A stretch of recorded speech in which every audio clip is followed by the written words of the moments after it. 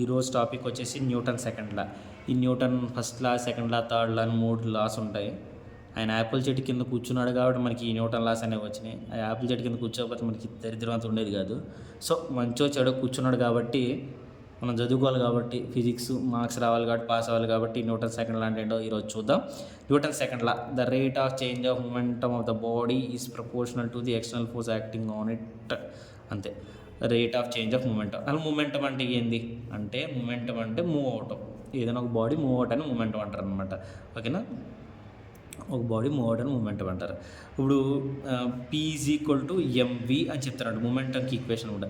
ఒక బాడీ కొంత మాస్ ఉండి అది కొంత వెలాసిటీతో మూవ్ అయితే దాన్ని మూమెంటం అంటారు అనమాట. ఎప్పుడు అంటే ఒక బాడీ ఇక్కడ నుంచి ఇక్కడ మూవ్ అయింది అనుకోండి, ఎలా మూవ్ అవుతుంది? ఎంత కొంత ఫోర్స్ అప్లై చేస్తాను కదా మూవ్ అవుతుంది. అంటే ఈ force apply is proportional to దీని యొక్క మూమెంటమే కదా. అంటే ఎంత మూమెంటం వచ్చింది అనేది, ఎంత ఫోర్స్ అప్లై చేసాం అనే దాని మీద ఆధారపడి ఉంటుంది కదా. సో అందుకే the rate of change of momentum అంటే మూమెంటంలో చేంజ్ వచ్చింది అని దేనికి ప్రపోర్షనల్ అంట?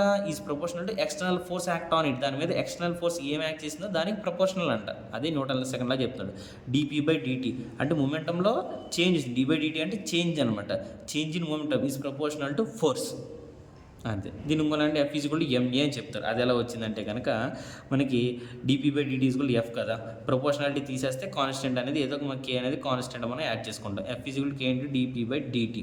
మనకి పి అంటే ఎంవి అని ఇందాక చెప్పాను కదా, moment of the body MV. K into డి/డిటి ఆఫ్ పి ప్లేస్లో ఎంవి పెట్టుకున్నాం. ఎం అనేది కాన్స్టెంట్ కూడా ముందుకు రాసుకుంటాం.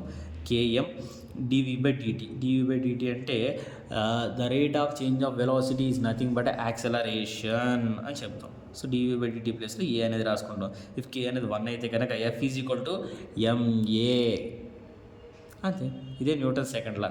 ఆయన కనిపెట్టాడు, మనం చదువుకున్నాం. అర్థమైందని అనుకుంటున్నా. Thanks for watching. Please subscribe.